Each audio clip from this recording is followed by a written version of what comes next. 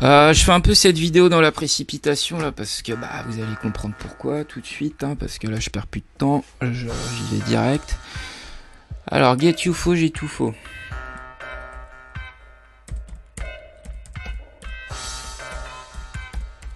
Get you faux, j'ai tout faux. C'est égal à 222. Alors le 222. 222, il y a énormément de choses à dire dessus. Je sais pas si je vais avoir le temps de dire tout ce que je pourrais dire. Et sachez qu'aujourd'hui, eh bien nous sommes. Alors vous avez vu, hein, là je suis sur numéro du jour 2 jours 2019. Hein. Donc le 222e jour de l'année. Eh bien c'est aujourd'hui. Comme vous le voyez ici, là, le 10 août. Attendez, je remonte bien. Voilà. Samedi 10 août, hein, donc de la 32e semaine. Donc le 10 août, la dissolution. Hein. Donc j'avais regardé un peu le... Bah oui, dissoudre. Qu'est-ce que c'est que la dissolution? C'est la corruption, la débauche. Hein, vous voyez là. Ça peut être aussi autre chose, hein, la désagrégation, la décomposition, on va en parler. Peut-être de l'intelligence collective ou moi je sais pas trop comment la définir étant donné que je ne m'identifie absolument pas à ça. Bon, pour vous amener des éléments de réflexion supplémentaires, je vous dis là, j'y vais à fond. Hein. Aujourd'hui ça va être comme ça parce qu'en plus il n'y a plus beaucoup de soleil là, il est 19h54.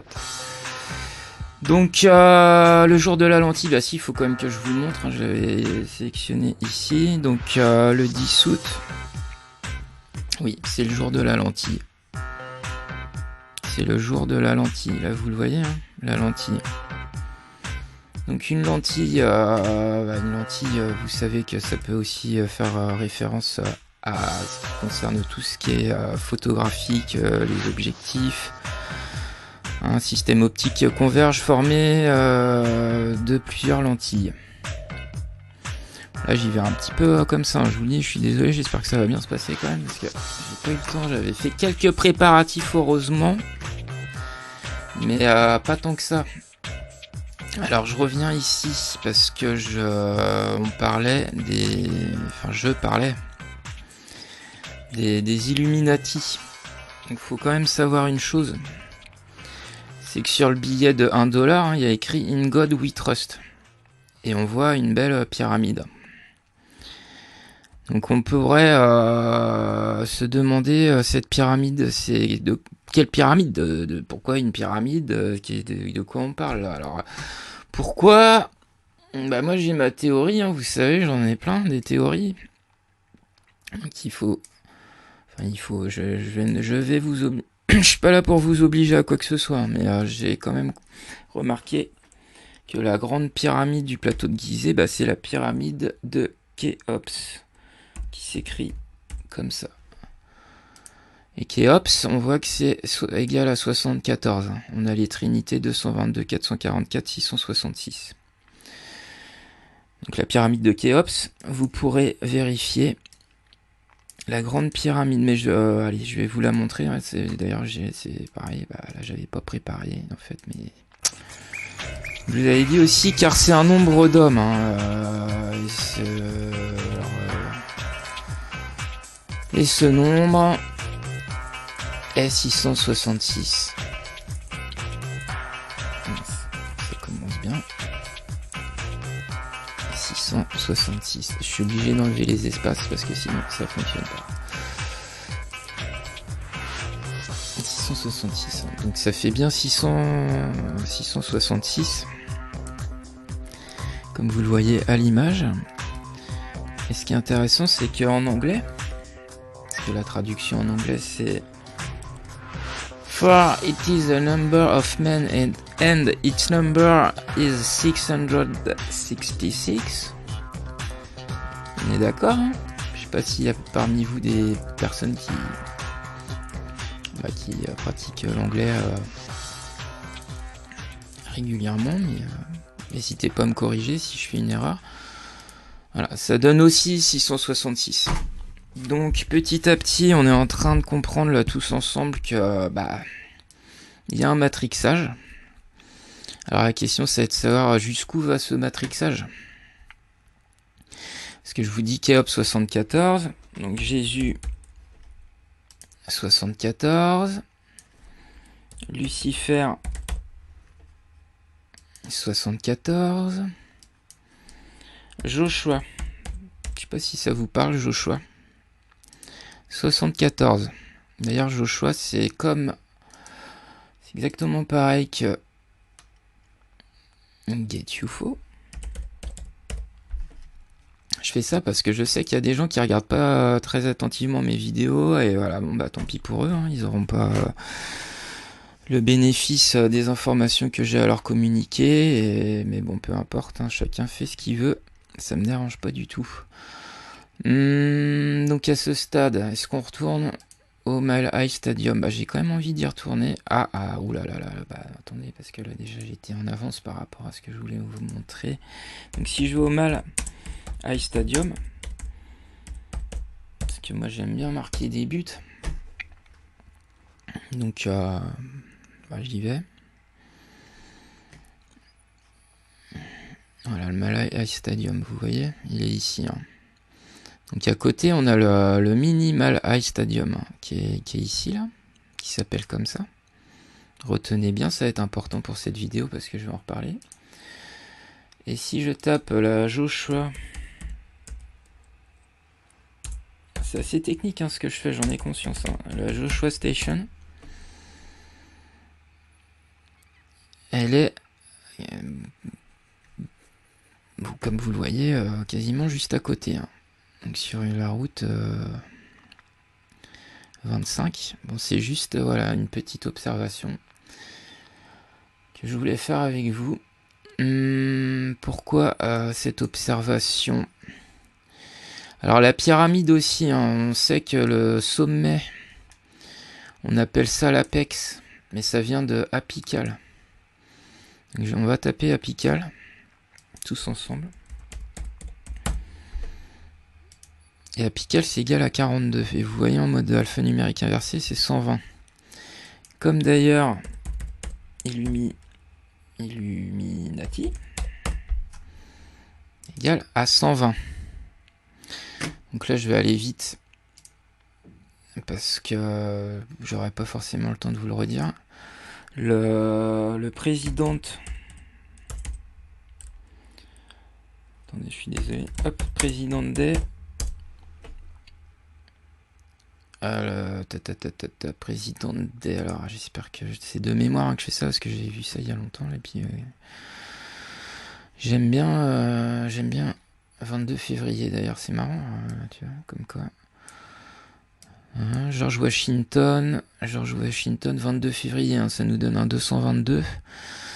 Non bah c'est pas là. Alors investiture du président américain, on va taper investiture à la présidence américaine.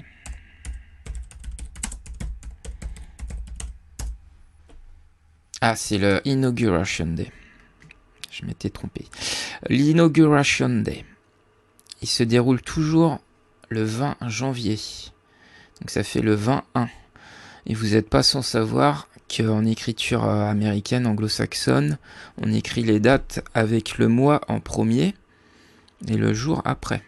Donc finalement, on retrouve un 120. Alors est-ce que c'est encore un biais cognitif? Je vous pose la question. La pyramide de Khéops. Parce que je veux quand même vous le montrer aussi. Pyramide de Khéops. On y va. La pyramide de Khéops, elle est là. Alors, techniquement, ça devrait être spécifié. Voilà. Vous voyez ici. Je vais grossir un peu. Donc pyramide vous voyez un Khéops hein, donc de la 4e dynastie. Elle a une hauteur de 646,58 mètres. Donc si on arrondit, ça fait 147 mètres. Ouais, apparemment elle s'affaisse un petit peu. Voilà, aujourd'hui elle ferait 137 mètres. Donc elle a une base, voilà, bon, vous savez, donc elle a une base carrée, hein, et après il y a 4 arêtes. Donc ça fait 4 plus 4, 8. Donc si je prends le 222, on fait 2 x 2, 4 x 2, 8.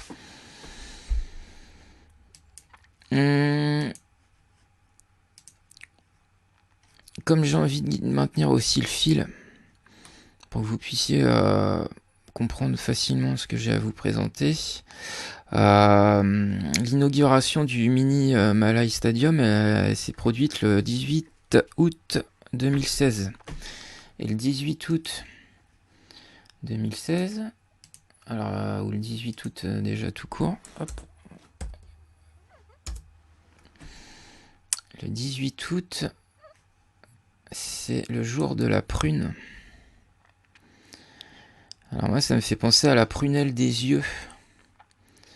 Surtout que si je tape prune dans la table alphanumérique, on a aussi le 74. Donc, vous n'êtes pas sans savoir qu'on parle souvent de l'œil qui voit tout. L'œil qui voit tout. Vous voyez, la lentille. Ouh là là, dis donc, je sais pas ce qui se passe là. C'est pas grave, ça fait de l'animation. L'œil qui voit tout. Donc on peut se demander qu'est-ce qu'il voit vraiment. Bon, c'est une question qu'on va se poser au fur et à mesure de mes vidéos de grandes révélations. Donc ça ressemble un petit peu à une piscine, hein, ce petit stade, je trouve. Donc je crois qu'il y a 76 places disponibles. Donc 7 plus 6, ça fait 13. Et maintenant tout de suite, parce que comme je parle de piscine, je voulais quand même aussi aborder cette histoire d'ISS. Parce qu'on en parle de plus en plus, hein, vous avez vu ces derniers mois, ces 2 dernières années, ça devient un sujet qui est souvent abordé par les médias dominants, l'ISS, comme si on dirait vraiment qu'ils essayent de nous vendre quelque chose qui coûte cher, hein, quand même. Alors moi j'ai posté récemment, une réflexion que je me suis faite. Curieusement, c'est dans les années 60 que les premières piscines privées considérées comme un signe extérieur de richesse ont fait leur apparition. Au même moment, la NASA commençait à noyer la poiscaille, le poisson. Alors,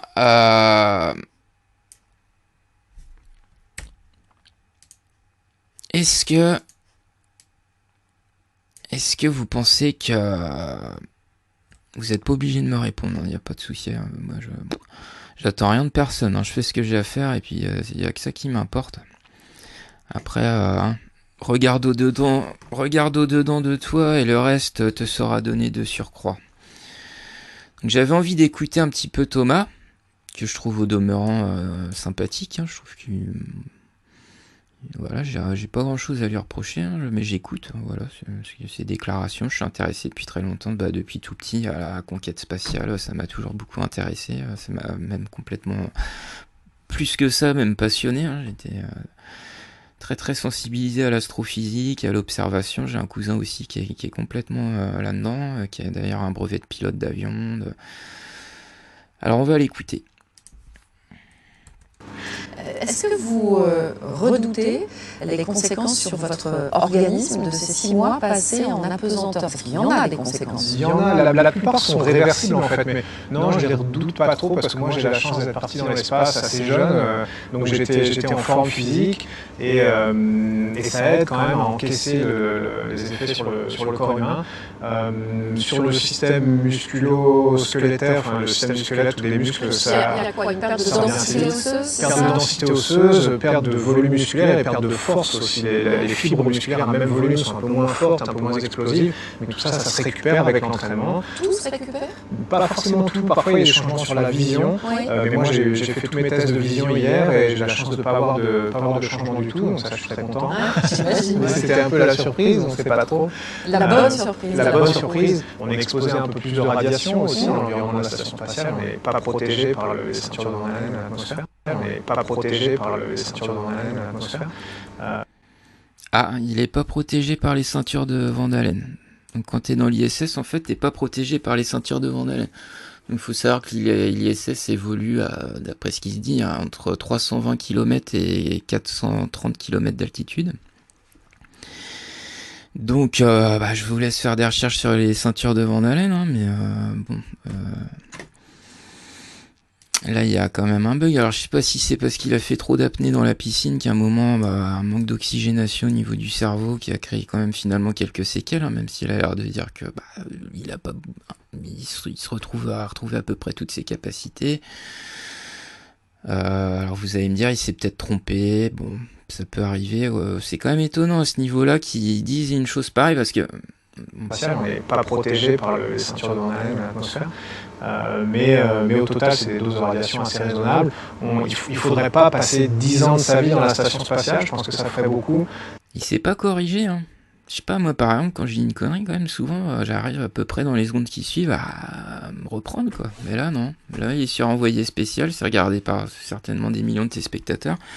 Puis il sort une énorme aberration. Alors, est-ce que c'est voulu? Est-ce qu'il a été programmé pour ça, pour être au service de la dissonance cognitive et finalement noyer le poiscaille, le pesquet ou le poisson? Je ne sais pas. Je reviens un peu sur Mister Astronogeek aussi. Les ceintures de radiation de Van Allen. Ces ceintures sont au nombre de 3. La ceinture intérieure qui débute aux alentours de 6 ou 700 km d'altitude et celle dont les taux de radiation sont les plus élevés. Là il nous dit 6 et 700 km d'altitude, hein, donc l'ISS se trouve à une altitude plus faible que les ceintures Van Allen, hein, donc vous savez bien la confirmation que l'ISS est censé être protégé par les ceintures de Van Allen. Notez au passage que la station spatiale qui se trouve en dessous est donc protégée des rayonnements solaires qui pourraient causer les plus gros torts à ses occupants. Parce que comme je l'ai dit, les ceintures sont en fait constituées de vents solaires piégés par le champ magnétique terrestre. Mais en général, celle-là, elle n'est pas là. Quand la NASA a décidé... Donc là, on a un énorme problème. Je ne sais pas si vous en avez conscience. Il dit que les ceintures de Van Allen sont constituées de vents solaires qui sont piégés par le champ magnétique terrestre. Mais là, c'est complètement délirant parce que faut savoir que le fer, quand il est en fusion, il perd ses propriétés électromagnétiques.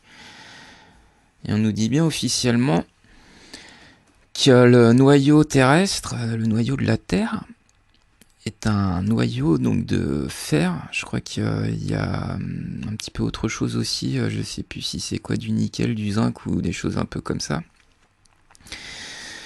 Parce que là je suis sur tellement de choses, je suis désolé, mais vous pourrez regarder. Mais bon, je vois pas comment le champ électromagnétique terrestre, par quoi il pourrait être généré, étant donné que le fer en fusion perd ses propriétés électromagnétiques. Donc là Arnaud, va encore falloir que tu nous expliques un peu mieux tout ça. Je t'ai envoyé un message pour qu'on puisse faire un live tous les deux ensemble de façon très cordiale, hein, dans le respect, la bonne humeur et la joie. Évidemment tu me réponds pas, parce que je pense que c'est beaucoup plus simple pour toi d'ignorer des personnes comme moi, qui risquent de porter la dragée haute, ou de tenir la dragée haute. Donc on nous fait avaler des couleuvres ou des dragées, des petits bonbons colorés via la télé, pour bien faire planer tout le monde. Donc on va revenir sur notre ami Thomas Pesquet, Tomatos SketchUp. Bonsoir. Alors, j'ai commencé par une question. Pendant que vous êtes tranquillement, confortablement installé dans votre siège de l'Olympia, est-ce que vous savez combien il y a de personnes dans l'espace en ce moment même? Est-ce qu'il y en a déjà des gens dans l'espace en ce moment? Eh ben oui, il y en a de manière ininterrompue depuis 2001.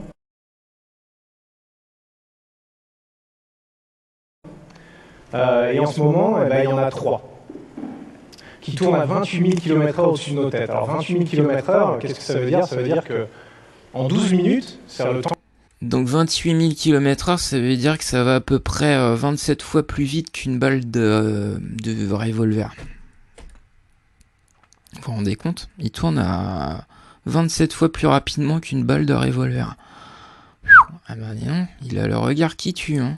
Tant qu'on va avoir le plaisir de passer ensemble, le temps qu'il vous faut pour faire 8 stations de métro, eux, ils vont faire 6 000 km, c'est la distance Paris-New York, dans une station spatiale. Donc quand on y pense, c'est quand même complètement de la science-fiction.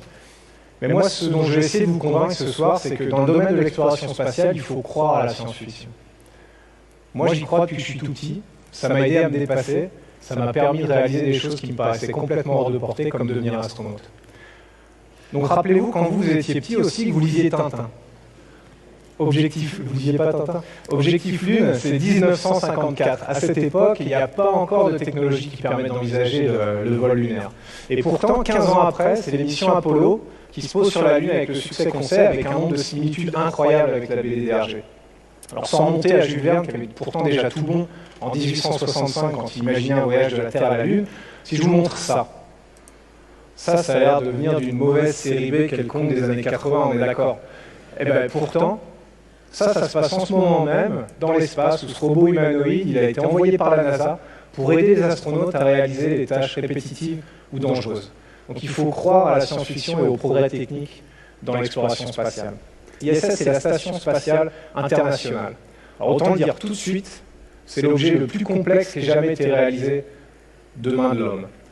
C'est grand comme un terrain de football, 115 mètres sur 74 mètres, 30 mètres de haut. Ça a le volume intérieur d'un Boeing 747, c'est 115 mètres sur 74 mètres. On a le 15 et le 74. 2500 mètres carrés de panneaux solaires. C'est entre 10 et 15 modules, ça dépend comment on compte, qui font 10 ou 20 tonnes assemblées dans l'environnement le plus hostile qu'on puisse imaginer. Un vide total, sans oxygène, des températures extrêmes de moins 100 à plus 150 degrés en surface, l'exposition au rayonnement solaire sans la protection de l'atmosphère, bref. À côté de ça, le Sahara, le pôle Nord ou la fosse des Mariannes, c'est de la rigolade. Donc, c'est bien joli cette prouesse technique, mais à quoi ça sert? Eh bien, l'ISS... Alors, à quoi ça sert? C'est marrant, il parle du Sahara, hein, parce que bon, faut quand même savoir que...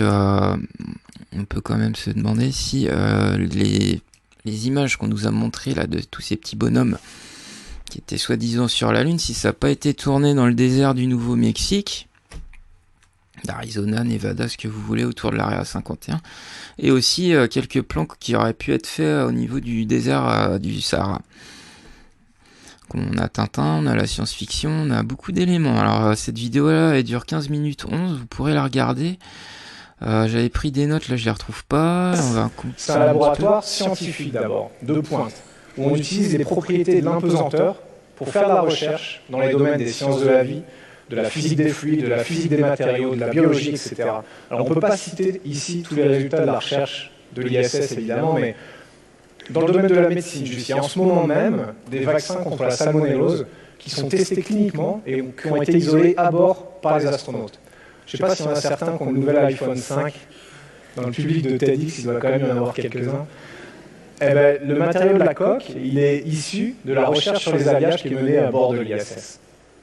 D'accord, donc c'est bien. Alors là, en gros, ils ont trouvé un vaccin contre la salmonelle. Et ils ont développé la nouvelle coque de l'iPhone 5. Voilà à quoi ça sert l'ISS. Donc faire des vaccins et faire des coques de téléphone. Ouais, c'est bizarre hein, quand même de prendre ça comme exemple. Je sais pas, non, il n'y avait pas moyen de nous sortir un truc un petit peu plus, parce que le vaccin à la salmonelle, je pense que ça fait un petit moment déjà que sur Terre, ils avaient déjà balancé toute cette merde, et puis bah la coque de l'iPhone 5, ouais, enfin je vois vraiment pas le rapport avec l'ISS ou de quoi, qu'est-ce que ça pourra amener de plus de faire ça dans les laboratoires de l'ISS, enfin c'est... Allô, hein?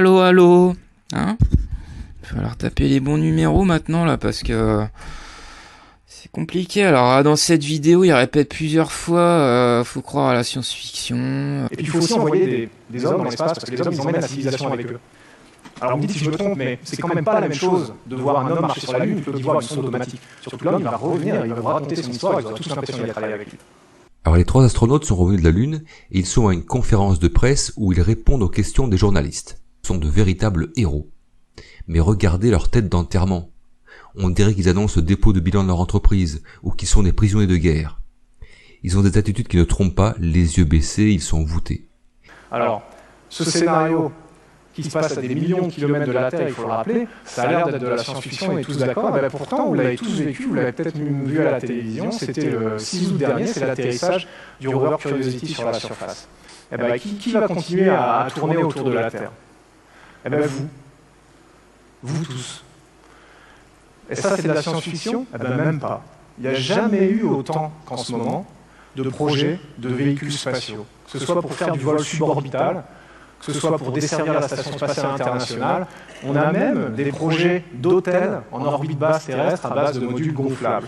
Alors, riez pas, cette technologie, elle existe, elle a été testée l'année dernière par la NASA, et ça marche. Donc en 2030, plutôt qu'aller à Dieppe, vous pourriez passer un petit week-end en orbite basse terrestre, dans une chambre confort sans doute un peu spartiate, mais avec vue sur la Terre. Ouais. Donc, il faut comprendre aussi que ce processus d'exploration, en fait, l'exploration spatiale, c'est juste la continuation de l'exploration terrestre. C'est la même chose que ce qu'on a toujours fait. C'est pas pour rien d'ailleurs qu'on a appelé le laboratoire européen de la Station spatiale internationale Columbus, comme Christophe Colomb. Il n'y a pas de hasard. Mais surtout, j'espère vous avoir convaincu qu'il faut croire en l'exploration spatiale, qu'elle est bénéfique, qu'elle permet de se dépasser et de rêver un peu au-delà de son échelle individuelle, et ça, l'homme en a bien besoin. Merci beaucoup.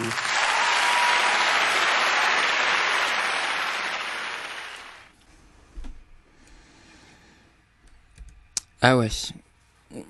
Voilà, du coup, c'est la perte de l'individualité, rentrer dans la conscience collective, s'abonner à Orange, acheter un iPhone 5, se vacciner contre la salmonelle.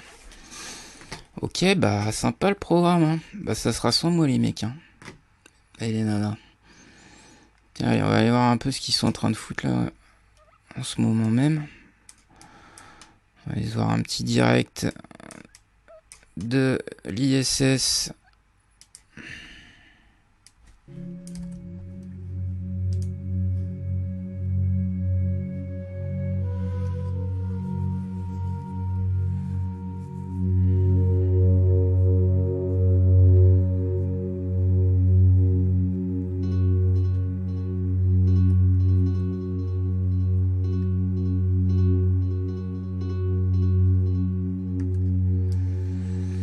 Alors ce qui est complètement dingue, bah, c'est qu'on voit jamais les étoiles. Donc lui-même, Thomas Pesquet, il aurait fait des photos avec des filtres, des super appareils photo extraordinaires qui sont même pas accessibles au grand public. Il n'y a pas une seule image, une seule vidéo où il nous montre les étoiles. Pourquoi? Vous allez me dire, ah oui mais la réfraction, gna gna gna et machin. Non mais arrêtez complètement ce délire.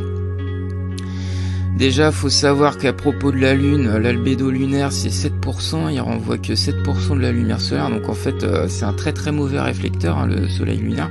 Je fais en référence à ma vidéo Apollo Low Cost, où AstronoGeek nous raconte que les astronautes éclairés en plein, alors qu'ils étaient complètement dans l'ombre, ils sont quand même éclairés parce que c'est la Lune, c'est qui les éclaire, tu comprends?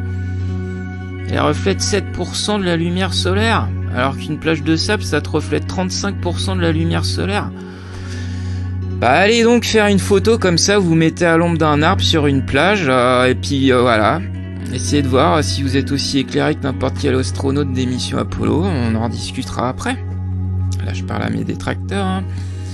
Je vous dis, je pense qu'ils viennent même pas me voir tellement ils sont dégoûtés de se rendre compte à quel point toutes ces conneries ne prennent pas sur les individus conscients de leur individualité et de leur haut potentiel. On a tous un très haut potentiel, le tout c'est d'en prendre conscience, Donc là, j'avais sélectionné ça parce que vous allez peut-être me dire pour certains, oui, mais regarde, il a dit qu'en 2030, au lieu d'aller à faire ses vacances à Dieppe, eh ben, on pourra aller dans des sortes de ballons qui seront plus ou moins dans la stratosphère ou peut-être même un peu plus haut, puis que les gens ils passeront quelques nuits comme ça en orbite autour de la Terre. Ben, moi, je vais te dire ce que je pense. Je pense que là, c'est le temps qui va leur permettre de développer des images de plus en plus proches de la réalité, comme on peut le voir avec les jeux vidéo, hein, qui sont de plus en plus, avec une image qui est de plus en plus définie, fidèle à ce qu'on pourrait voir dans la réalité si on se baladait. Hein, et quand même, le niveau de détail augmente constamment, d'année en année. Et je pense que finalement, sur les fenêtres, hein, les hublots de ces fameux ballons là dont il nous parlait dans sa vidéo là sur TEDx, ou TEDx ou ce que tu veux. Non, ça sera des projections. Ils vont projeter sur les, et comme les, forcément déjà ça s'adresse à un public qui a pas mal de pognon. Puis bon. What do you do? Bro, I'm so sick of hitting my mic, man.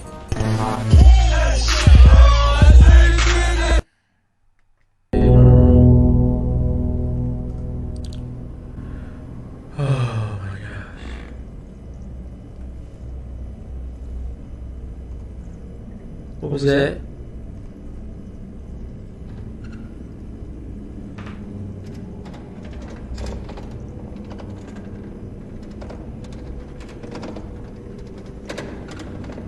Yo, my man! You need help?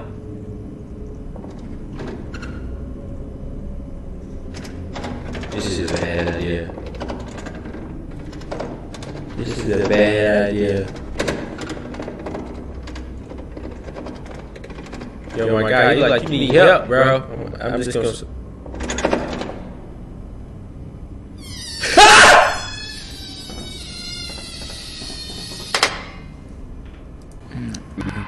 Moi, tu vas voir comment je vais te le dégonfler, ton faux système solaire, ta fausse boule, ton globe terrestre de... Mais c'est ma réalité, y a pas de souci, je respecte la vôtre. Mais moi, dans ma réalité, je suis pas sur une boule. Parce que pour moi, la forme géométrique la plus simple, c'est pas la sphère, c'est la ligne droite. Je vous invite à méditer sur cette réflexion. Alors, c'est des petits messages que je poste sur le réseau social certainement le plus connu. Là, il y a quelques jours, j'ai écrit ça. Hein, donc, par manque de curiosité, clarté, lucidité, perspicacité, originalité, il apparaîtrait que l'homme de masse se maintiendrait dans une sphère vibrale qui n'est absolument pas représentative du champ des possibilités humaines. Donc, je vous laisse à votre propre expertise. J'ai dit que j'allais pas trop juger, critiquer. J'essaye de faire des constats, de montrer des éléments qui peuvent constituer des preuves, qui peuvent vous faire rebondir sur des recherches, une introspection et aussi un état d'observation de l'extérieur. C'est mon objectif. Quand je fais ce genre de vidéo, j'essaie d'aller dans ce sens-là. C'est comme une charte un peu artistique, une ligne artistique que j'essaye de maintenir. Alors à ce stade, je sais plus où j'en suis.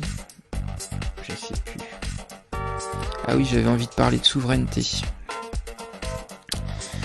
Donc c'est la souveraineté, pour moi c'est quelque chose qui se vit au quotidien. C'est pas, on n'est pas dans le virtuel, on est dans notre projection, on est responsable de notre propre projection. Hein, on n'est pas le spectateur d'une projection qui vient de l'extérieur. Moi je me vois beaucoup plus comme l'acteur du film qui se déroule sous mes yeux. Et aussi de toutes les sensations qui sont produites par la même occasion, j'ai envie de dire. Donc j'ai bien mes 2222 abonnés. Et j'ai 222 222 222 vues. Donc là, je suis dans une ascension qui est absolument fulgurante.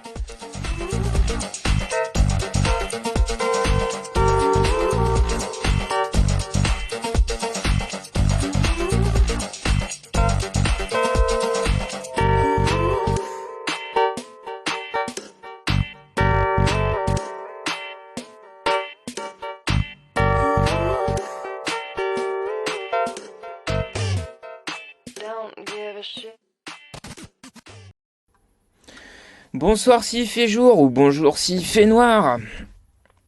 Ou l'inverse. Donc nous sommes le 6 septembre aujourd'hui. Je pense que vous l'aviez remarqué. Le 6-9. Et c'est la rentrée des classes. Donc je me suis équipé un petit peu. Voilà, j'espère que la couleur vous plaît. J'ai pris du bleu. Il paraît que le bleu ça inspire confiance. Le calme, la sérénité, la paix intérieure. Voilà, bleu turquoise, un petit peu. Et donc rentrée des classes, hein, c'est pas l'éducation nationale. Hein, là, je fais autre chose. Et ça, donc voilà, le 6-9 qui m'a donné envie de vous proposer une lecture quantique du symbole yin-yang. Je pense que vous le connaissez. C'est certainement un des plus connus dans le monde. Voilà. Et donc ça va mobiliser. Je sais que tout le monde n'aime pas trop les maths et pas toujours très à l'aise avec les chiffres. Mais bon, ça va pas être très très compliqué, hein, vous inquiétez pas. Voilà, prendre le temps de mobiliser son attention sur ce qui va se présenter dans cette vidéo.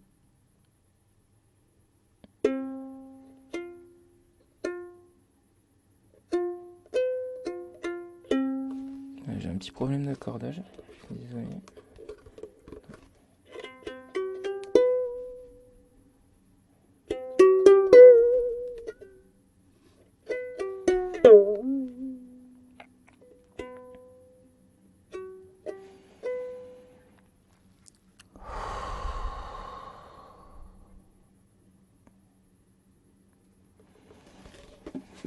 Bon, peut-être que certains vont me prendre pour un thérapeute, mais eh bien, je n'ai aucun souci avec ça. J'ai pas été attaqué hein, jusqu'à maintenant, rassurez-vous. Hein, je vous tiendrai au courant, comme je vous l'avais dit. Je pense qu'on va, enfin, je vais procéder à une immersion totale dans l'action. Et le 6-9, donc ça, voilà, ça fait penser au yin-yang. Et j'ai envie de vous faire remarquer que le 6 plus 9... Je fais attention avec les reflets, excusez-moi, je me familiarise aussi avec ma nouvelle ardoise, ça fait des reflets. Donc 6 plus 9 sont égales à 15.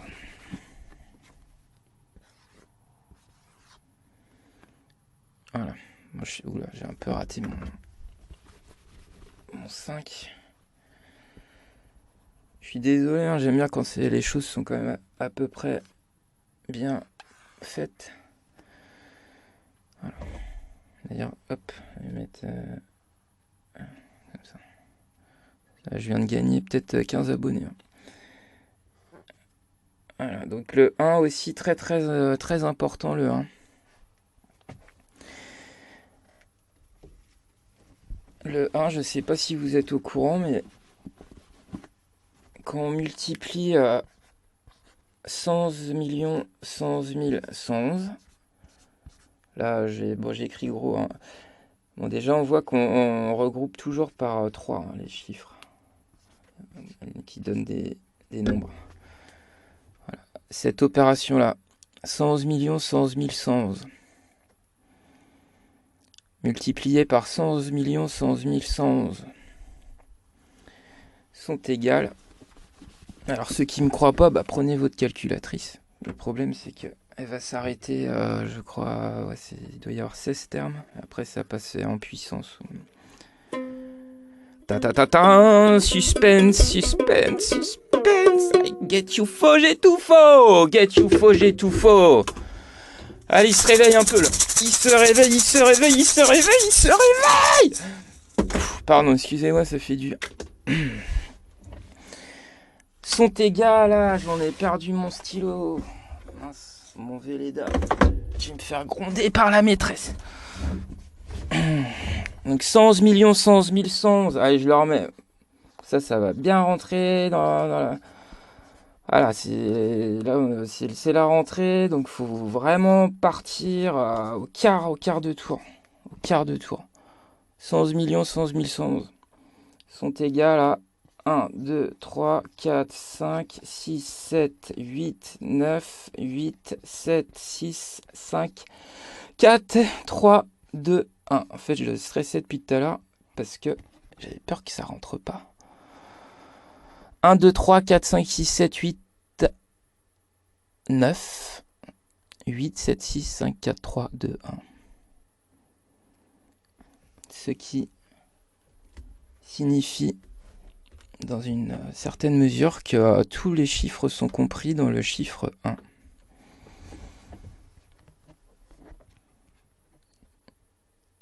Tout découle du 1, en tout cas tous les chiffres.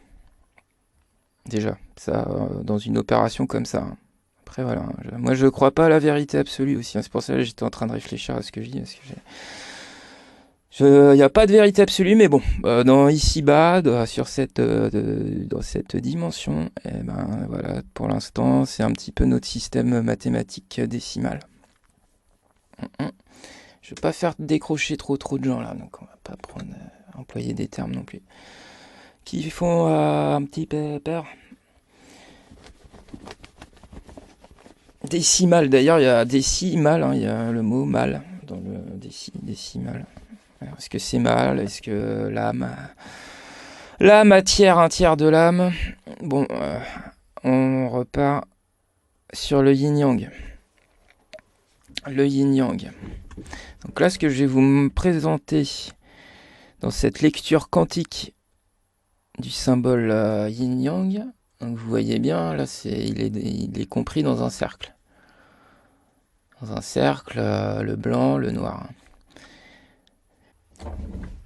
Donc on est sur le 15 aussi, hein, qui est donc la 15e lettre de l'alphabet. Je vous l'avais fait remarquer dans une vidéo, la 15e lettre de l'alphabet, c'est le O, un cercle. Et le cercle, c'est souvent utilisé pour représenter la source.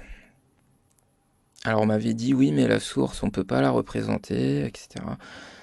Moi, j'aurais plutôt tendance à penser que la source autorise à ce qu'on la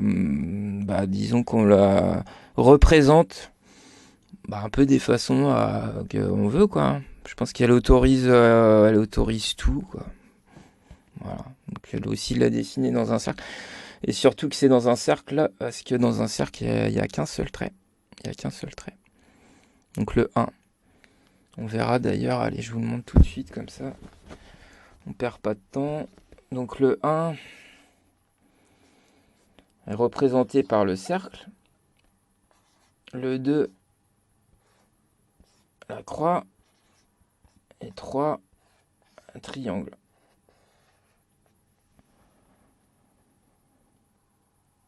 Parce que 1 trait, 2 traits, 3 traits. Hein. On est d'accord. Et si on regarde ça de plus près, finalement, ça nous fait un petit bonhomme.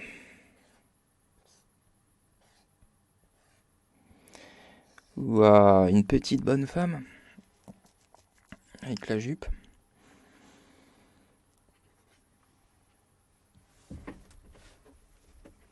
J'ai des reflets sur l'ardoise, ça me perturbe. Ah oui, c'est ça, en fait, c'est l'écran que j'ai en face. Attendez, je vais faire une petite modif comme ça.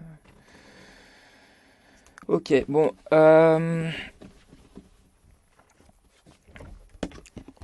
Donc le yin et le yang, la source représentée. Pardon, je suis désolé, je m'entraîne. La source représentée dans un rond, un cercle. Après, je veux pas qu'il y ait à vous inquiéter avec ce que je vous montre, hein. C'est pas un programme, on n'est pas là pour se programmer, je précise bien. C'est juste pour montrer des choses, c'est tout. Il y a rien de plus. Le cercle. Je vais même en faire un deuxième, voilà, comme ça. Le rond, j'en mets 2. J'ai mis 2 ronds. Je remets un cercle, hein, à la source. Et là, j'en mets un deuxième. Pour un petit peu une histoire de dualité. Alors, est-ce que la source a été divisée? Est-ce qu'il y a une dualité? Est-ce que c'est un peu les questions qu'on peut se poser. On peut se poser la question. Mais comment elle a été divisée? Comment elle se divise? On peut imaginer d'un côté... Oula, pardon, j'ai mon téléphone.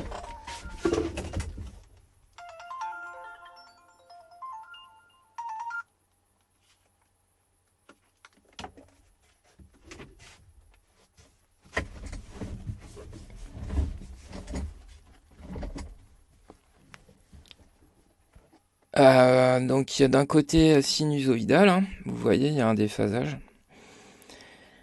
Et ici, une séparation comme ça. Donc ça décroche. D'ailleurs, on peut imaginer qu'il y a un troisième espace, hein, qui arrive et du coup ça fait un peu penser à un cerveau. Et aussi à d'autres choses, hein, qu'on observe dans la nature. Donc généralement le plus on le situe ici en haut et le moins en bas. Donc là plus, il y a le 0 et le moins. Donc en gros,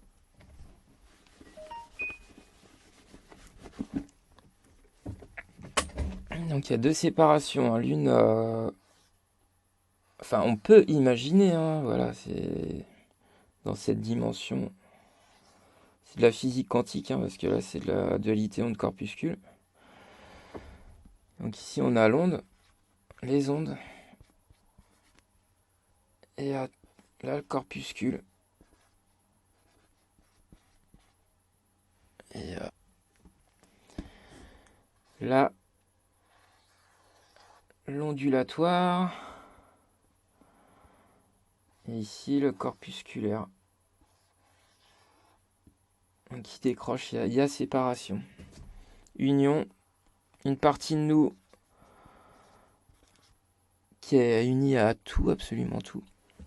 Et une autre qui nous donne l'impression d'en être séparés.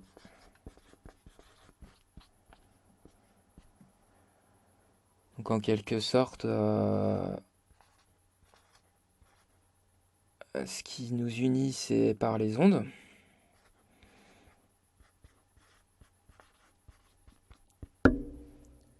Et j'ai mis ondulatoire, hein, parce qu'il y en a, voilà, je sais pas, ça ondule, hein, il y a beaucoup d'ondulations certainement. Et le corpus, donc, ce qui nous donne l'impression d'être séparés, c'est corpusculaire ou les particules corpusculaires. Ça n'a pas tellement d'intérêt en fait que j'écrive sur l'ardoise. En plus là elle est pas très grosse, hein, elle est pas très grande, hein. Donc je fais ce que je peux, vous m'excuserez. Et il y a énormément de choses à dire. Je sais pas là si dans cet épisode là j'ai envie de tout aborder pour l'instant, mais voilà, donc on voit l'onde ici sinusoïdale. Et là, donc, la séparation, un corpusculaire, matériel, particulaire. Voilà, la dualité onde-corpuscule représentée dans le yin-yang. Après, je peux redire des petites choses rapides. Donc, on sait que toutes les couleurs mélangées dans la lumière, ça donne du blanc. Et toutes les couleurs mélangées dans la matière, ça donne du noir.